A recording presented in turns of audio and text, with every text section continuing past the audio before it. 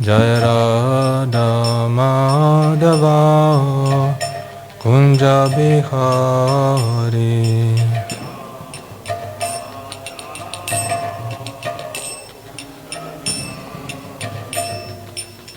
Gopi Jana Vallabha Girivaradhari.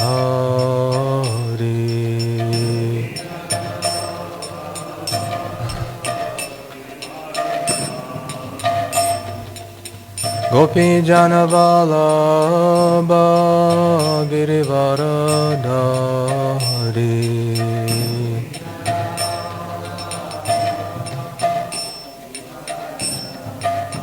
Yashodanandana Brajadanaranjana.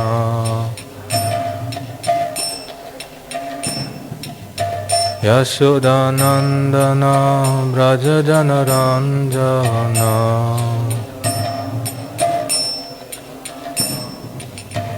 Yamunatira Vanachari.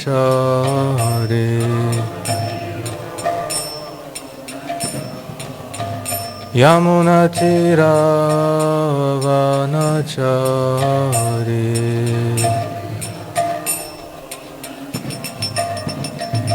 Jaya Radha Madhava Kunja Bihari.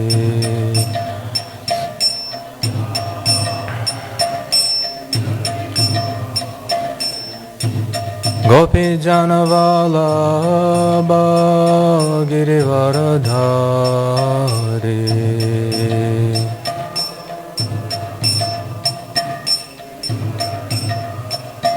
Yashodanandana Brajadanaranjana.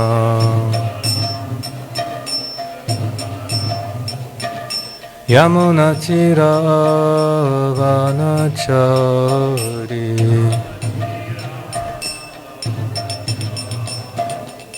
Hare Krishna, Krishna Krishna, Hare Hare. Hare Rama, Rama Rama, Hare Hare.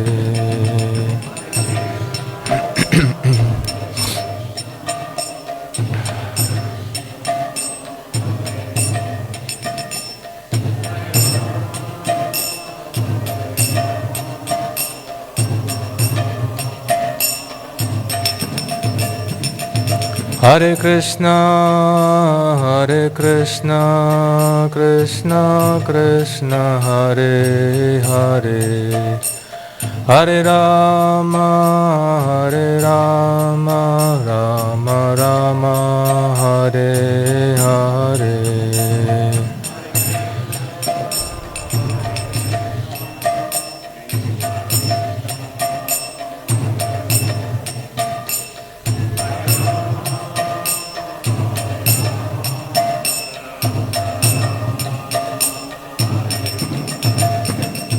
Hare Krishna, Krishna Krishna, Hare Hare. Hare Rama, Rama Rama, Hare Hare.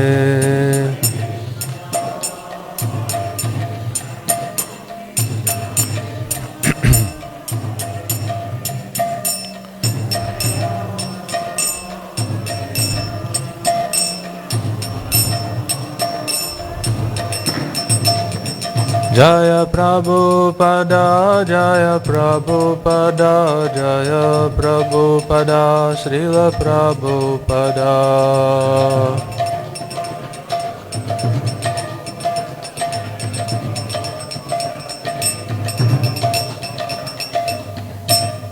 Jaya Vishnupada Paramahamsa Parivrajacharya Shtatarashata Srimad Goswami Abhay Sharanaravinda Bhaktivedanta Swami Srila Prabhupada Ki Jai. Jai Vishnupada Paramahamsa Parivrajacharya Shtatarashata Srimad Goswami Srila Bhakti Siddhanta Saraswati Goswami Maharaja Prabhupada Ki Jai.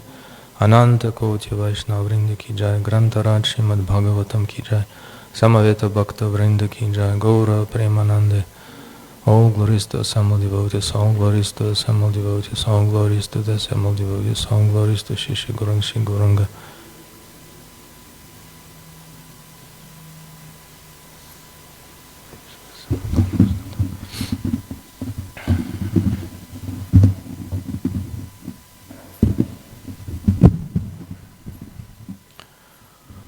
Hare Krishna.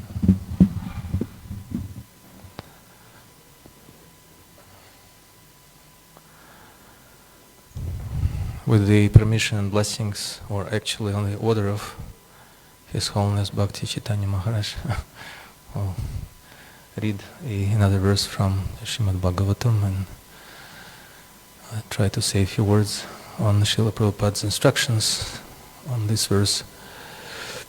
Today we're reading it from the 4th canto, 25th chapter, verse number 52. Om Namo Bhagavate Vasudevaya. Om Namo Bhagavate Vasudevaya. Om Namo Bhagavate Vasudevaya. Narayanam Namaskritya Naram Chaiva Narottamam Devim Saraswatim Vyasam Tato Jayamudirajet Nashta Prayesha Bhadreshu Nityam Bhagavata Sevaya Bhagavatsutama Shloke Bhaktir Bhavati Naishtiki.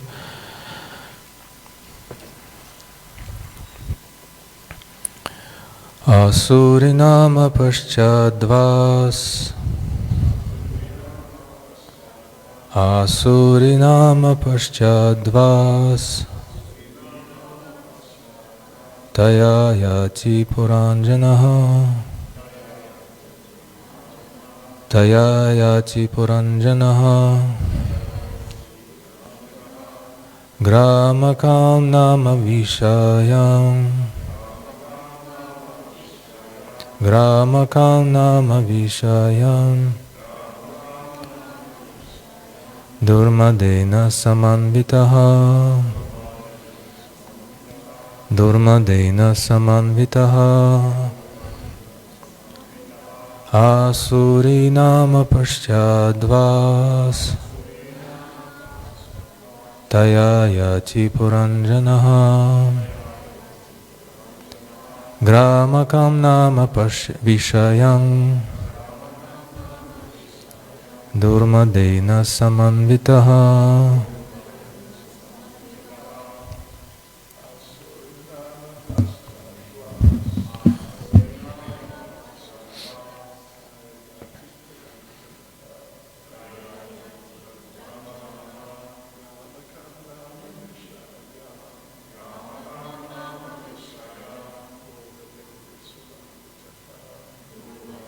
Samanvitaha.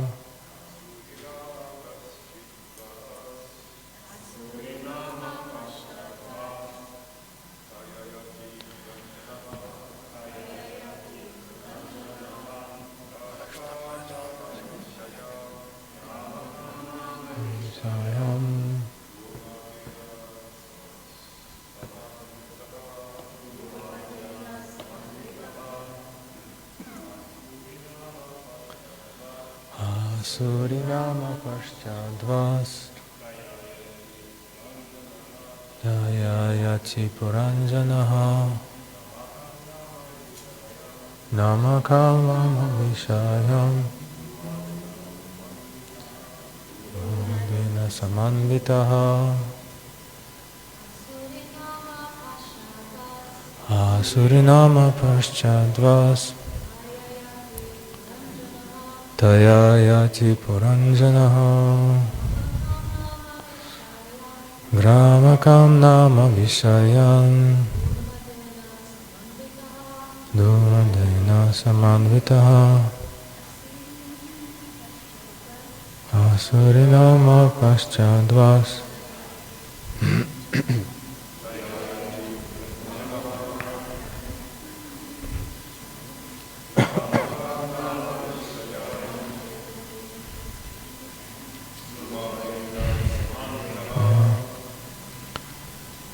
Word-to-word translation, Asuri, of the name Asuri, Nama, cold, Paschat, on the western side, Dvaha, gate, Taya, by which, Yati, used to go, Puranjana, King Puranjana, Gramakam, of the name Gramakam, Nama, cold, Vishayam, the city of sense enjoyment, Durmadena, by Durmada, Samanvitaha, accompanied. Translation purport by His Divine Grace A.C. Bhaktivedanta Swami Srila Prabhupada Ki Jai. Translation, on the western side was a gate named Asuri. Through that gate, King Puranjana used to go to the city of Gramaka, accompanied by his friend Durmada. Purport. The gate on the western side of the city was known as Asuri because it was especially meant for the Asuras. The word Asura refers to those who are interested in sense gratification, specifically in sex life, to which they are overly attached. Thus Puranjana, the living entity, enjoys himself to his greatest satisfaction by means of the genitals. Consequently, he used to go to the place known as Gramaka. Material sense gratification is also called Gramya, and the place where sex life is indulged in to a great extent is called Gramaka. When going to Gramaka, Puranjana used to be accompanied by his friend Durmada. The word Vishaya refers to the four bodily necessities of life: eating, sleeping, mating, and defending. The word Durmadena may be analyzed in this way. Dur means dushta, or sinful, and Mada means madness. Every living entity who is in contact with material nature is called Mada, or mad. It is said, Pishachi paile yena mati channa hoy, maya grasta jiver hoy se bhava udai, prema vivarta. When a person is haunted, he becomes practically insane. When one is in an insane condition, he speaks all kinds of nonsense. Thus, to become engaged in sense gratification, one has to accept a friend who is Durmada or badly affected by the material disease. The word Asuri Nama Paschat Dvaha are significant in another sense. The sunrise is first visible from the eastern side, the Bay of Bengal, and gradually it progresses toward the west. It is practical experience that people in the West are more addicted to sense gratification. Sri Chaitanya Mahaprabhu himself has certified Paschimera Loka Sabha Mudha Anachar. Chaitanya Charitamrita Adi Lila 10:89. The more one goes to the western side, the more he will find people disinterested in spiritual life. He will find them behaving against the Vedic standards. Because of this, people living in the West are more addicted to sense gratification. In this Bhagavatam, it is confirmed, Asuri Nama Paschat Dvaha. In other words, the population on the western side is interested in an Asuric civilization that is a materialistic way of life. Lord Chaitanya consequently wanted this Krishna consciousness movement to be preached on the western side of the world so that people addicted to sense gratification might be benefited by his teachings. Asuri Nama Paschat Dvas Taya Yati Puranjanaha Gramakah Nama Vishayam Durmadena Samanvitaha. On the western side was a gate named Asuri. Through that gate, King Puranjana used to go to the city of Gramaka, accompanied by his friend Durmada. Om Gyanati Mirandasya Gyananjana Shalakaya Chakshurun Militam Yena Tasmai Shri Guravei Namaha. Shri Chaitanya Mano Bhishtam Stapitam Yena Bhutale Swayam Rupa Kadamahyam Dadati Svapadantikam.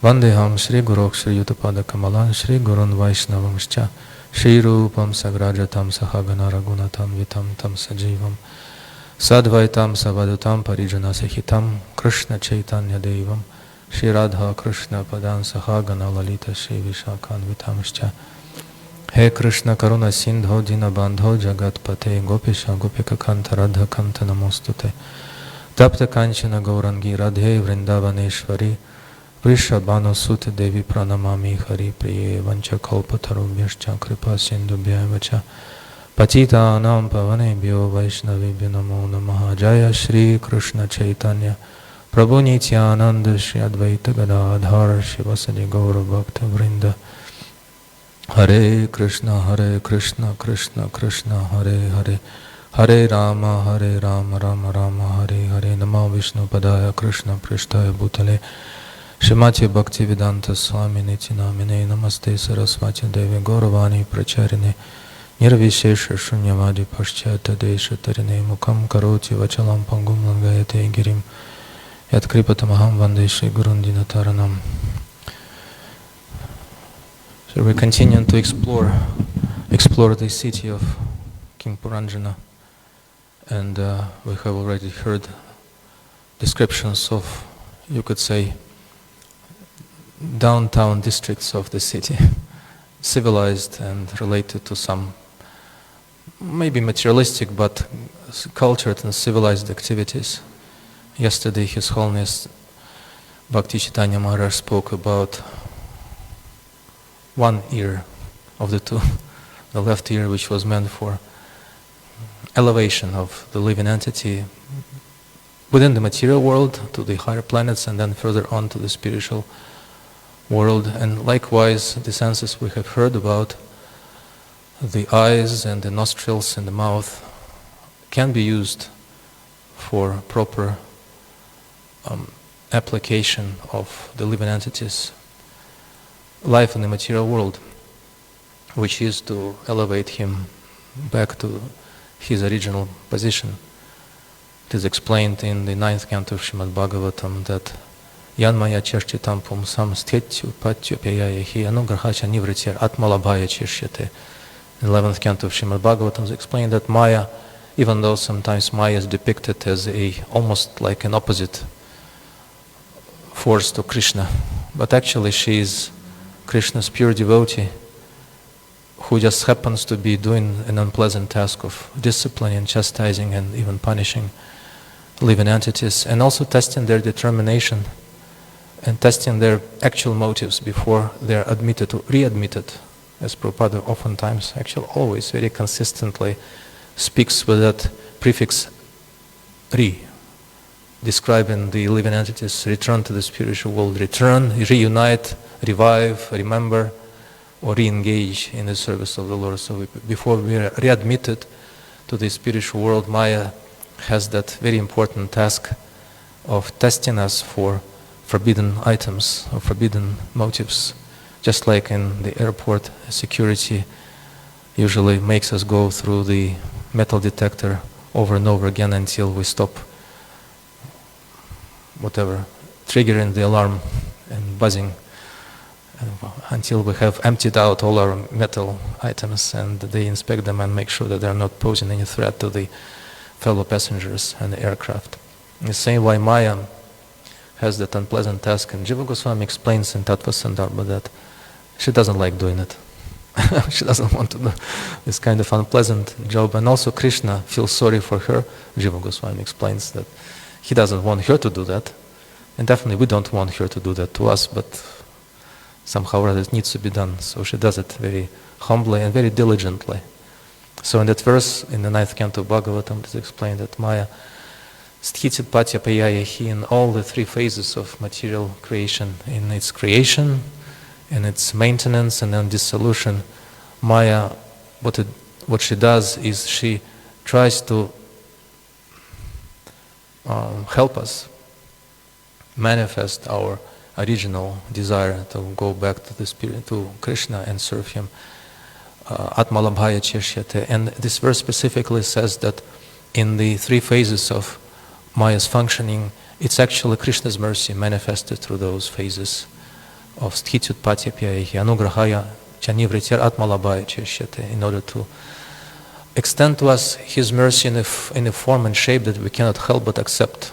We depend on Maya for all intents and purposes in the material world, and she, as a loving and affectionate but also strict mother, make sure that we're properly raised and properly trained and educated, cultured, before we can be readmitted back to the Father. So we heard about how these senses could be used for either gradual elevation, and that elevation takes many lifetimes, as Krishna himself says in the Bhagavad Gita, Bahunam Janmanam Ante Gyanavan Mam Prapadyate Vasudeva Sarvamati Samahatma Sudurlabha. Very rarely, he says, we can see a person who, having gone through multiple lifetimes of pious, not impious, but pious activities, having developed the vision, not just a theoretical understanding, but the vision of Krishna as being everywhere. We just heard from Sarupa Damodar Prabhu in his Sunday class. Krishna says, I am Sutrema Niganayava, I am all-pervading, and I maintain the material world just like a string maintains pearls which are strung on that string. And it could also be immediate elevation. By the mercy of pure devotees, the term of our gradual elevation can be shrunk to not just one lifetime, but to a few years, a few short years. And we have already seen many success stories in ISKCON when devotees come from very materialistic backgrounds, mostly from the West during Prabhupada's time in this world, and Bhakti Chaitanya Maharaj, please correct me if I am wrong, but most of his disciples, the bulk of his disciples, were from the West. Srila Prabhupada tried to preach in India, but to his dissatisfaction, disappointment, people in India didn't show, should I say, an avalanche of enthusiasm towards Krishna consciousness. There was no tsunami of response.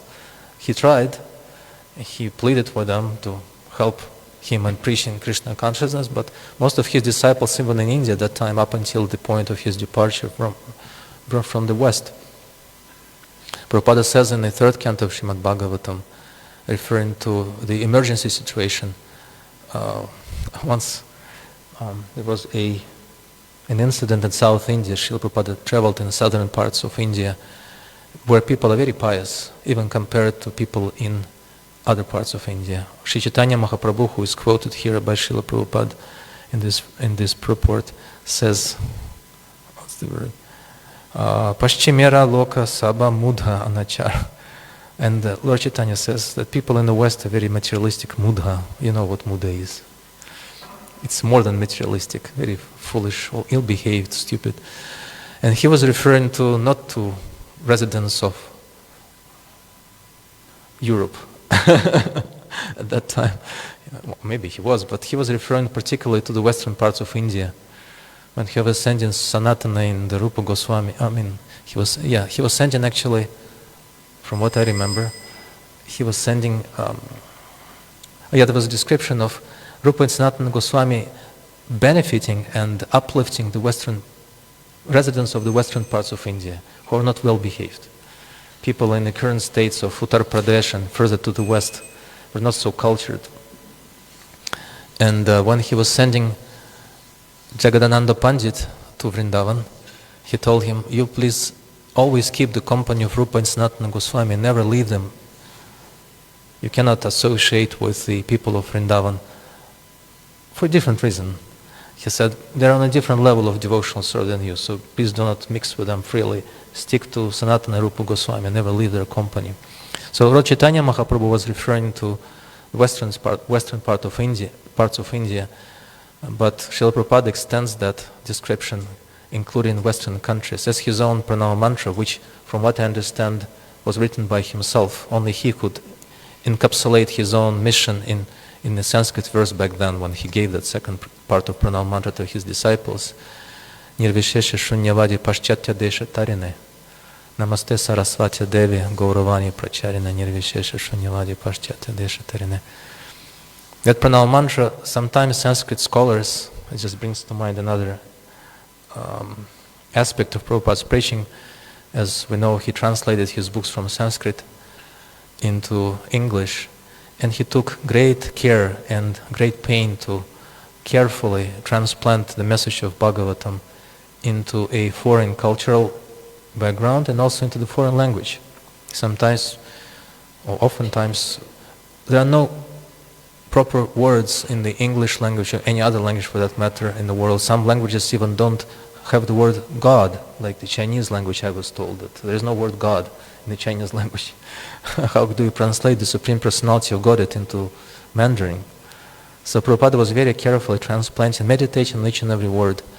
And sometimes, as he might appear to be to some educated or overly educated people in Sanskrit, he was taking too much liberty with Sanskrit. Sometimes.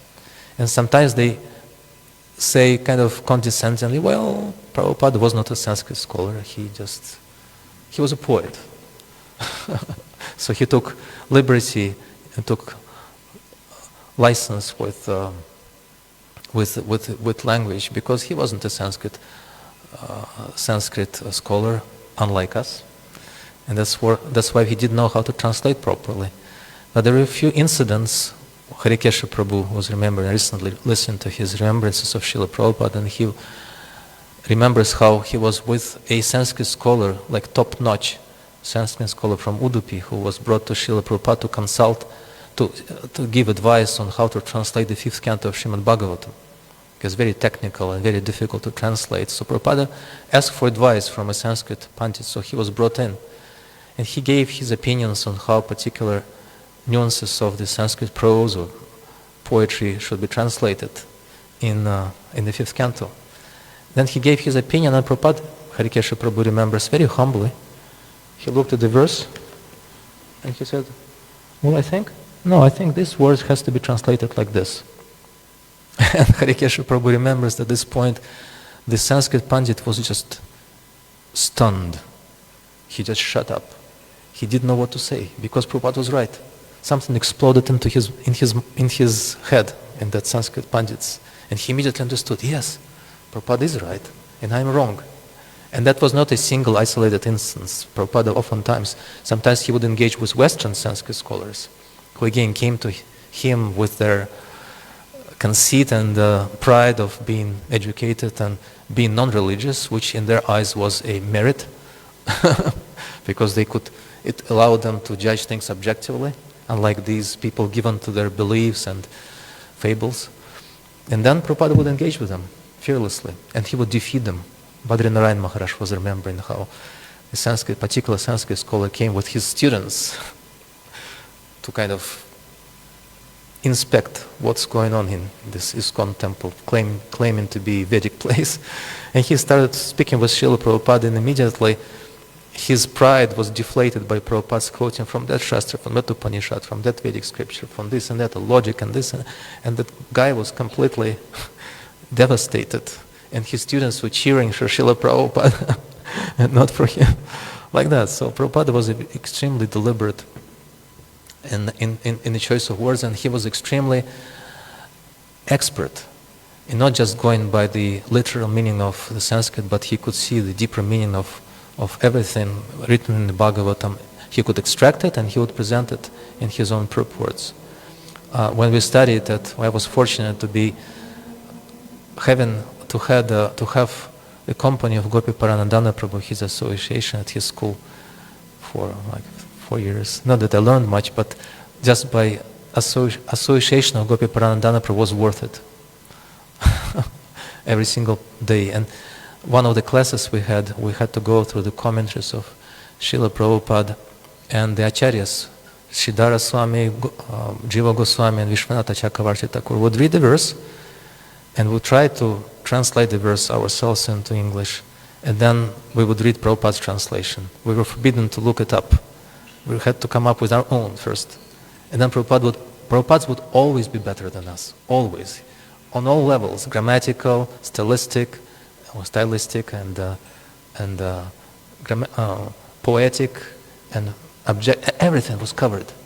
His connection of words called Vigraha, the semantic connection, was perfect, unlike ours. And then we would go through the purports of the Acharyas. And then Gopi Paranandana Prabhu would tell us to go through the commentaries of Srila Prabhupada's purports.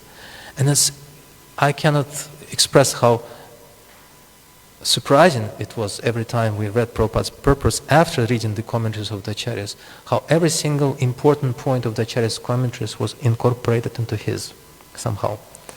We would go and we would identify, oh, this comes from Jiva Goswami, this comes from Vishwanatha Chakravarti, this comes from Sridhara Swami, and everything comes from Srila Prabhupada with his own extra dimension of depth and application and mercy, like that. It's incredible. So, coming back to Srila Prabhupada, at his emergency situation that he had to operate in, he writes in the 3rd canto of Srimad Bhagavatam that ideally, he said, we would want to have Brahmanas from India to preach this message, but they don't want to. So we have to, this is an emergency situation, so we had taken advantage of this emergency situation. As sometimes the government declares emergency, it suspends, opposes certain civil rights and imposes certain restrictions on people's movements and things like that, reorients the resources towards a certain goal. So the same way Prabhupada said, it's an emergency, so we have to make Brahmanas out of whoever we have, Western people. They're not suitable so much for that, but by the mercy of Lord Chaitanya Mahaprabhu, they become even better Brahmanas than so-called Western. I'm just paraphrasing him, but that's what he writes. It's an emergency. So once he was traveling in southern India and South India, and people were very receptive, very hospitable, cultured, and their main services, Harikesha Prabhu remembers, was eating 3 times a day, very sumptuous, very delicious meals prepared by local pious people, inviting Prabhupada and his party to their houses. And there was a setup for Prabhupada, was like a trap in one house into which they went. The hosts, probably sensing that Prabhupada, thinking that Prabhupada was somehow going against the traditional dharma by making his Western followers into Brahmanas and sannyasis, something completely unheard of. I've heard an interview with one southern Brahmana from, I think he was from, Balaji, from that part, from the Balaji temple, Sri Vaishnava. And he was asked on the video, what do you say, what do you think, can you comment on Western devotees acting as Diksha Gurus? And he's a Brahmana, you can see, even by his behavior, by his speech, by his facial features. And he's very truthful. Brahmanas are truthful, not supposed to lie. So the Brahmana, true to his Brahminical upbringing, said, I don't want to speak about this controversy. That's what he said. He didn't comment. I don't want to comment on that. So there was a setup. The hosts, they invited and hid in some room of the house a few 5 or 6 Brahmanas, local Brahmanas. And after Prabhupada and his party were received and properly fed, and they were resting in the room, all of a sudden these Brahmanas came out. And they surrounded Srila Prabhupada. He was sitting down and they surrounded him and started chastising Prabhupada, telling him, how dare you to make these people, Western people, into Brahmanas. That goes against everything that the Vedas teach. They're not supposed to, they're not meant for that, and you destroy. They were going on quite angrily. And Harikesha Prabhu remembers he was standing outside, but he said that anger was building up in him because he wanted to jump in and defend Prabhupada and get quite physical with these people. At a certain point of time, when it reached a peak in intensity, Prabhupada never said anything. He was sitting down. He wasn't responding at all. He was just sitting down and very humbly, didn't say a word. And then he burst into the room, and he was just about to do something about it, because it's one of the principles of pure devotional service to be intolerant of the offenses against Vaishnavas, Krishna, especially spiritual master. We cannot tolerate it. If we tolerate, that's an offense. If we intolerate, we do not tolerate it and do something about it, then it's pure devotional service, according to Rupa Goswami. Then Prabhupada just moved like that and stopped him in his tracks. So he froze, he understood Prabhupada didn't want him to get involved. So eventually what he remembers was that he was sitting down with Srila Prabhupada and he was very humble, listening to every single word. He didn't even look at them. And then they just ran out of steam. And then they became quieter and quieter, and then they left. And they left defeated by the humility of Srila Prabhupada, who showed to them, without saying a word, you think yourselves to be brahmanas, and this is how you behave, in an angry, passionate, and offensive way. And you're telling me that I destroy Vedic culture, but this is what I teach my disciples to do. That's what I do myself. Without saying a word, he defeated these people. So Prabhupada's pranal mantra, Paschatya Desha Terine, says that Prabhupada went to the West. He says, it's my mission to deliver Lord Chaitanya's mercy, as he says in this purport, extend Lord Chaitanya Mahaprabhu's mercy to the Western world. Actually, it was predicted by Lord Chaitanya Mahaprabhu himself. Lord Chaitanya Mangala, one of the biographies of Lord Chaitanya Mahaprabhu, he says, I don't have Bengali in front of me, unfortunately. I just thought about that quote, but he says, I preach or propagate this Sankirtana movement, but some unfortunate people, there are several categories of unfortunate people who didn't want to drown in Lord Chaitanya Mahaprabhu's flood of love of Godhead. They're listed in Chaitanya Charitamrita. Some of the categories are Mayavadis and scholars, mundane scholars, and also students, one of the categories. And Lord Chaitanya Mahaprabhu says in that verse that some people flee the mercy of Sankirtana movement, and they go to Duradesha, which means faraway places. And the furthest from India is the opposite side of the globe. As you know, it's America and other parts of it. There are so many faraway places. I guess South Africa can also be included safely into that category. And the Lord Chaitanya Mahaprabhu says, well, they have fled my mercy, the Sankirtana movement, but my Senapati Bhakta, and he specifically mentions a devotee in a singular. Senapati Bhakta means the general of the army of my devotees, a general among my devotees. He will go and get them. He will chase those people, and he'll make them devotees. He will distribute this movement to the Western, I mean, he didn't say Western, but to those people who have fled me from India, from Bharatvarsha. So Prabhupada did just that, and that's what he included in his pranal mantra, Paschatya Desha Terine. My mission is to preach in the Western world. Once Prabhupada was asked, and actually it's even written by him in the 6th canto of Srimad Bhagavatam and the purport on the 19th chapter, 5th verse, 6:19:5. He says, Lord Chaitanya Mahaprabhu could have easily distributed his Sankirtana movement around the world, but he left it to his devotee. Again, singular. And that's called his causeless mercy. Causeless mercy means the Lord, self-sufficient as he is, he likes to depend on his devotees. That's the ultimate manifestation of his self-sufficiency. He likes to depend on his devotees for his mission. And he likes to give them credit for everything he wants to do himself. He just does it through his disciples and devotees, like he did it through Rupa and Sanatana Goswami, through Jiva Goswami, through many other acharyas. He did it also through Srila Prabhupada. So, coming back to the point of this verse about Asuri, the gate on the western side of the city of King Puranjana, just as we started mentioning, there are some civilized and cultured parts in every city or downtown. There are some, what's the word, underworld, some seedy places where cultured people don't usually go, especially at night, but even during the daytime. Once, just remembered, we were on Ratha Yatra recently. We celebrated the splendid Ratha Yatra here in Durban. I was once on a Ratha Yatra procession in Delhi, and it was going around the Red Fort region. And next to me, I was walking next to His Holiness Bhakti Vishamba Madhava Maharaj, who was participating. It was back in the day, maybe 2004, 2005. And all of a sudden, we were going on in a circle around the Red Fort region.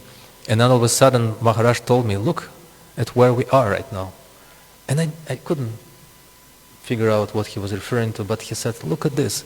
And I noticed that there are buildings on both sides, kind of uniformed shaped buildings, uniform shaped, and the buildings were populated by ladies, and ladies from the roofs, and they were cheering from the roofs, waving and chanting Hare Krishna. And I know what I'm supposed to make of it. And he said, well, this is the red light district of Delhi, red light district. And those are the ladies who work here in that red light district. But they're devotees. They just came out on the roofs. And he remembered, and I remembered the Dwaraka scene when Krishna returns to Dwaraka, the city of Dwaraka, and he was being cheered by those ladies' colleagues, of course, with entirely different caliber and character, but nevertheless, they were greeting Krishna, returning back to Dwaraka. So like that, there is the underworld in every city, and this is represented by these two gates. There is another verse going to be read tomorrow by someone, but another gate, which is, this is the side of life that cultured people do not expose to others. It's covered, it's protected, it's regulated and restricted.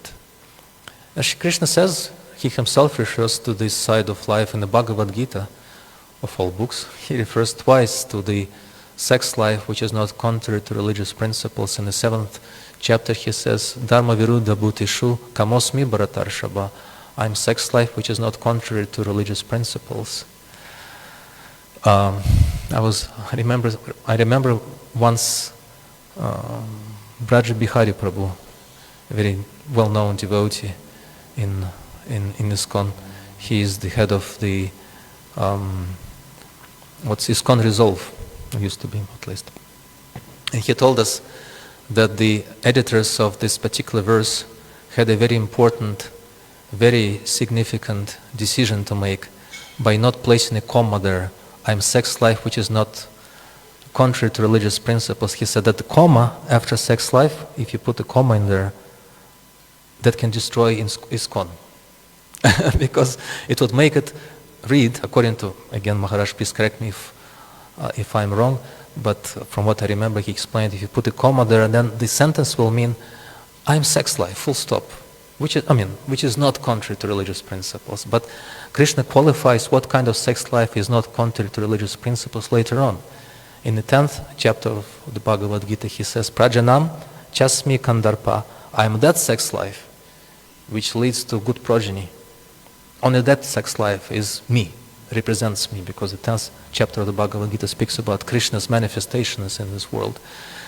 And Srila Prabhupada also himself explained in a wonderful way. I really like that episode, that excerpt from his lecture, one of the lectures. He says, well, these 4 regulative principles, no meat eating, no intoxications, no sex life, no gambling, we have no problem replacing these 4 sinful activities with favorable, conducive, helpful activities. And he says, for meat eating, you don't need to eat meat. If you eat paneer, you'll forget the taste of lobsters, because it's so nutritious, so nourishing. He was referring to prasadam as a far superior substitute for what people eat. Recently, Bhakti Chaitanya Maharaj spoke in his class about people's eating habits, and Prabhupada had that revolutionary idea of replacing people's tendency to eat all kinds of unmentionables by such opulent and such attractive prasadam that prasadam by itself would make people naturally addicted to being vegetarian. Because where else can you have such prasadam except in ISKCON temples or ISKCON restaurants? Then he says, intoxication, guess what he offered as a substitute for intoxication? Take a guess. What would you advise a person who struggles with addiction to drugs? Prabhupada offered an alternative. What did he say? Prasadam. Also, he said the same thing, the same remedy. Prasadam is so intoxicating. We have had experience of people taking prasadam for their first time in life and becoming completely overwhelmed, fascinated by the taste and the feeling that they receive, and they would completely forget about all that nonsense. I know personally a few devotees, including one disciple of Bhakti Chaitanya Maharaj. I won't mention his name, but Maharaj knows him very well, and very nice, very good preacher, very nice devotee, deeply absorbed in Krishna Katha, who told me how he was actually on the verge of dying from drug addiction, and how his mother and his sister, both devotees, they were afraid to confront him because he was very abusive and very violent sometimes when he was under the influence of different substances. But they would gently feed him prasadam, to which he couldn't say no, he couldn't resist. And gradually they nurtured him to devotion to Krishna, first to sobriety and then to devotion by just giving him prasadam. That's what he remembers, right? And then Prabhupada says, gambling, again, guess what Prabhupada offered as a substitute for gambling? He said, you surrender to Krishna. It's a gamble. We don't promise any results. You don't know what's going to happen. You can gamble your life. Just put all your chips on Krishna consciousness, on Prabhupada, and see what happens. He said, this is a gamble. We don't know what's going to happen. You don't know, I don't know. Try. It's exciting, right? That's what people do when they go to casinos and other places and gamble their wealth away. Do that with Krishna and see what happens. And then, of course, he says, sex life, why stop it? Just produce children, nice children for Krishna consciousness. Once we came with Niranjana Maharaj to one place, one temple which he hadn't visited for a while, for a few years, maybe a decade. And the entire place was populated with children. And Niranjana Maharaj made an aside remark, looks like grihasthas don't waste any time here. There are many children, nice children, like that. And Prabhupada encouraged that. He said, no problem at all, just do that. So, but here King Puranjana is engaging in some other kind of activity, not according to the Bhagavad Gita and according to the instructions of Srila Prabhupada. And that kind of tendency is very strong to use faculties of the body, especially those faculties belonging to the underworld, for sense enjoyment, is extremely destructive. So much so that in Chaitanya Lila, Chaitanya Mahaprabhu is known as Mahavadanya, very merciful, extremely compassionate. There is no one else who could be compared to Lord Chaitanya Mahaprabhu in his mercy and his compassion. But in his Lila, I think there are only 3 devotees who he rejected. And one of them he rejected temporarily, was Mukunda, for his,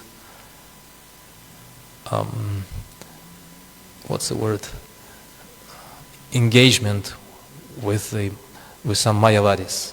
And he was rejected by Lord Chaitanya. Go and tell Mukunda, I will never call him. He'll never see me again. Only after 10 million times. 10 million lifetimes he will see me again, or something like that. So Mukunda, when he heard that sentence of Lord Chaitanya, it's not life sentence, it's like 10 million lifetime sentence, right? When he heard that portion of Lord Chaitanya's sentence that he will see me, Mukunda started dancing in ecstasy. I will see, I will see. He forgot about the term, that duration of time that he needed to pass without Lord Chaitanya's association. All he was able to hear that I will see. And he started dancing in ecstasy. That immediately nullified Lord Chaitanya's determination to not see Mukunda, and he was called into Lord Chaitanya's presence. So that's one devotee. But the 2 other devotees were actually removed from Lord Chaitanya's presence for life. It was Chota Haridas and Kala Krishna Das. Both accompanied Lord Chaitanya, both are very, very close associates, and both displeased Lord Chaitanya, angered him by improper engagements with the opposite sex. And Lord Chaitanya Mahaprabhu told his disciples, his devotees, what can I say? What can I do? I cannot force my mind. My mind cannot see the face of a person who secretly associates improperly with a lady, with a woman. And as we mentioned a few weeks ago, that goes both ways. Srila Prabhupada once said in his class, when these restrictions are described in the Shastra as Sri-Sangha, means improper association with a woman, that women shouldn't feel being put down. He says, for a woman, that's how Bhakti Chaitanya Maharaj recently remarked how Prabhupada had it extremely expert way of explaining complex things in short sutra-like form. Like he told Malati Devi, do you think I'm cheating you? Or something like that. So Prabhupada said, for a man, woman is woman. That's what Sri Sangha is for a man, means the association with the opposite sex. But for a woman, man is woman. Meaning that anyone in this material world tries to play the role of a Purusha, enjoyer, and whatever he or she accept, whoever he or she accept as the opposite sex for their enjoyment, that's Sri Sangha. And that's how Prabhupada explained. For a woman, man is woman. So we shouldn't think that women are being put down by these pronouncements, by these statements. But Lord Chaitanya Mahaprabhu was very strict. He said, I cannot accept him back in. And if you insist on that, because Lord Chaitanya Mahaprabhu's devotees are supposed to be even more merciful than him, and they were all pleading with Sri Chaitanya Mahaprabhu, please let him back in.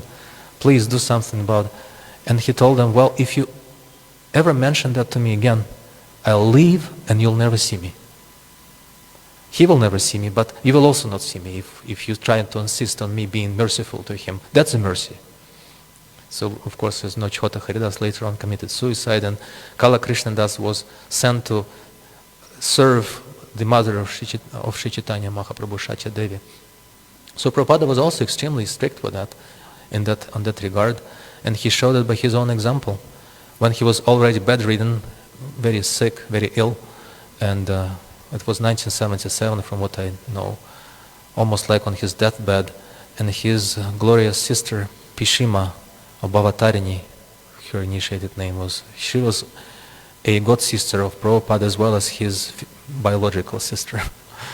And those who saw her, I never saw her in person, of course. Bhakti Chaitanya Maharaj must have seen her. They say that she looked just like Prabhupada, almost to the point that once she first came to Mayapur, and someone entered the room, was one lady, Prabhupada's disciple, entered the room, she first was shocked. Why did Prabhupada put on a white sari? Because she looked so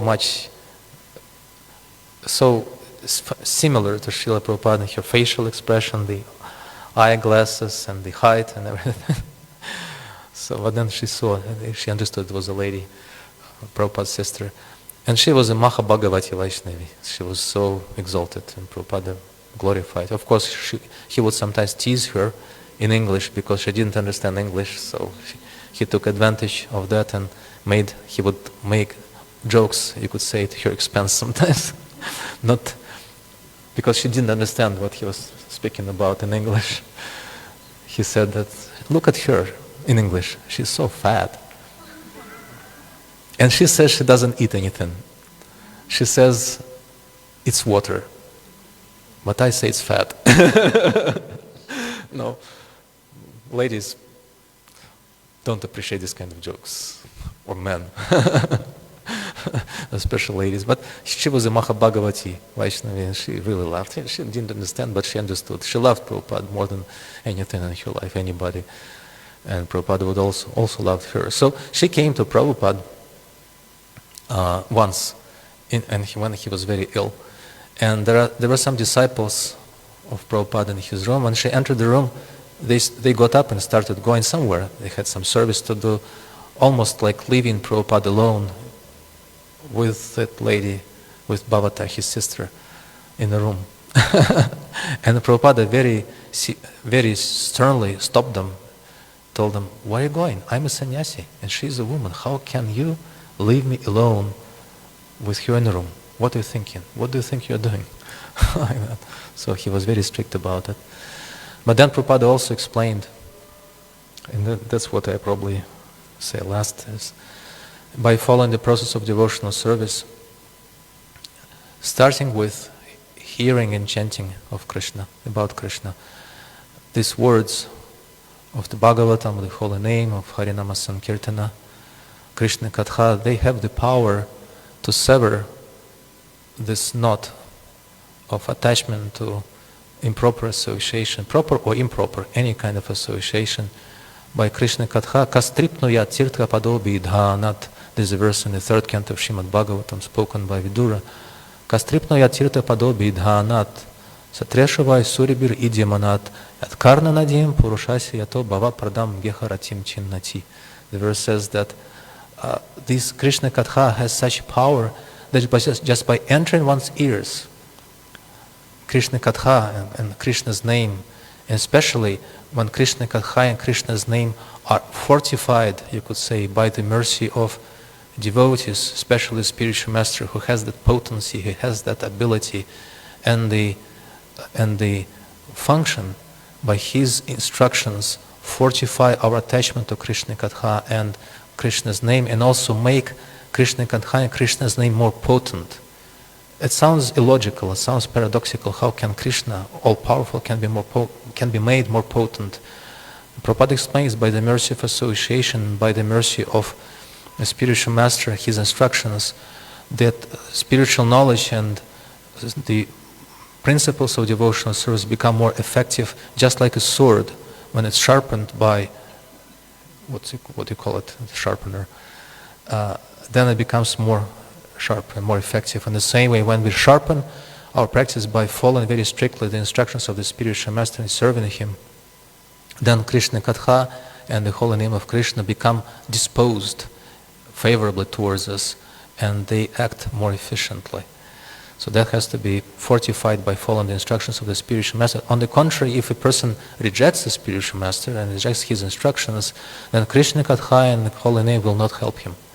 Actually, Bhaktisiddhanta Saraswati Thakur explained once that they become the source of misery, the source of suffering, if one rejects the spiritual master and tries to accept or tries to take shelter of Krishna in the form of the holy name directly, without bypassing the mercy of the spiritual master. But then this verse explains, "Et karnadim purushasya to bhavag pradam geha ratim chinnati." Just by hearing about Krishna from the right source, and by following the instructions of the spiritual masters, one can sever the attachment to all kinds of relationships. The entire class of this kind of enjoyment becomes, it will never go away. Prabhupada explains, and in the third canto of Srimad Bhagavatam, Kapila Deva also says, Yat Shrishta Shrishta Shrishtishu, in the 31st chapter of the third canto, he says, there is no one immune to sex life, to sex attraction, should I say, except Nara Narayana Rishi. All created beings, up from Lord Brahma down to the animal kingdom, all of them are attached to that, and that's why one has to be very careful. As Krishnadas Kaviraj Goswami says, one should avoid the whirlpools of unfavorable situations, because if one gets too close to the whirlpool, then no matter how expert a swimmer one may be, he or she will be pulled in and he will die. So Prabhupada explained that, but also he explained by following the process of devotional service, even that indelible attachment, indelible attractions, including our impressions from the previous lives, whatever they might be, will become erased to the degree which won't obstruct us, won't create an obstacle in our devotional service. Rather, it will create an impetus in our service to Krishna by reminding us how dangerous that other path, the underworld of our, the city of our body is, so we could carefully avoid any such situations and protect our devotional service from such obstacles. Then, even thinking about such topics sometimes, as Yamunacharya says, whenever I think about sex life, my lips curl in disgust and I spit on the thought. Not literally, but that's the attitude that the devotee, by the mercy of spiritual master and Krishna Katha and holy name and devotees association, can eventually develop. Thank you very much. I've already gone over time. Please forgive me for that. Maharaj, do you have any comments or corrections? I'll just say one thing. A couple of things, but just one thing, I think, which I experienced last year. We were in Newcastle in England, having a temple program every day for some few days. And one, not really devotee, but just someone who was interested a bit, came. He was American, and he had studied Sanskrit a bit, not too much, yeah, but something. And he was asking me, could he teach the devotees Sanskrit? But then, to try and sort of show me that he knows some Sanskrit, he translated to me on a couple of occasions verses from Bhagavad Gita himself, not seeing Prabhupada's translation. And, my knowledge of Sanskrit is really very small, although not totally non-existent. But I could see, this man doesn't understand. He just doesn't understand. There's a couple of verses. It was very sort of word for wordy type of, translation. So I told him, please don't try to teach the devotees Sanskrit. Just chant Hare Krishna and, become a devotee. It was an interesting experience. And there was one time also, I'll just mention, at least we were told, I didn't experience, but one devotee, maybe not complained, but could be complained, but pointed out to Prabhupada that some philosophical verse, the word Krishna does not appear in the Sanskrit, but you have translated with Krishna. Is it like questioning Prabhupada? And Prabhupada, we were told, made the point that yes, well, you cannot see Krishna there, but I can see Krishna there. Thank you so much, Maharaj. Hare Krishna. Thank you. If I may add just on that point about how expert Prabhupada was in Sanskrit, that pranava mantra he composed, it goes, Namaste Saraswati Deve, Gauravani Pracharine, Nirvishesha Shunyavadi Paschatya Desha Tarine. And there is some, I don't want to get technical here, but there is some, you could say from the traditional Sanskrit grammar, there is some irregularity. This particular case is not properly used. And some scholars, including ISKCON scholars, pointed that out, saying, well, look, there is a mistake in the pranava mantra. But then we spoke with one learned devotee about it and started looking through the Bhagavatam, and we found a verse in which Lord Shiva himself uses that particular grammar construction to express the same idea grammatically. Just like Lord Chaitanya Mahaprabhu, when Ishvara Puri asked him to edit his book, what was the name of the book? Krishna Karnamrita or something, I don't remember, Krishna something. And then he asked Lord Chaitanya to edit the book. Lord Chaitanya first refused, no one can find any faults with you. But then he insisted, Ishvara Puri, no, you are such a great Pandit, please edit. So he found a mistake, as he said. He used Apmanepada verse, but it should be Parasmaipada, the other way around. And then Ishvara Puri went back and reflected on Lord Chaitanya's correction, and he came back and said, no, actually I am correct and you're wrong. And this is a rule. And Lord Chaitanya proved his point. He said, if anyone finds a fault in your writing, he'll bear that fault. And then Ishvara Puri insisted, Lord Chaitanya found the fault, and he was at fault for finding that fault. And he said, Krishna vadati, Murka vadati Vishnaya, Dhira vadati Vishnave. Ubayortu samat punyam bhavagrahi janardana. Fool says, uneducated person says, Om Namo Vishnaya, which is not correct. And the learned person says, Om Namo Vishnave, but both are accepted by the Lord. But even down to the points of grammar, we shouldn't be too quick to judge Prabhupada, abdicate his grammar usage or Sanskrit knowledge or anything. We shouldn't be too quick and too eager to point out apparent faults because of this principle that Lord Chaitanya personally demonstrated. Thank you very much. Lord Chaitanya personally demonstrated in his exchange with Ishvara Puri that whoever finds a fault with you will be the same at fault. That was he. Yeah, as a spiritual master. And he also told him, you're a fool, you don't understand Vedanta, just chant Hare Krishna. Right? Thank you very much. Shall we stop here, Maharaj? Can we stop here? Srimad Bhagavatam Grantaraj ki jai, Srila Prabhupada ki jai, Gaura Premanande.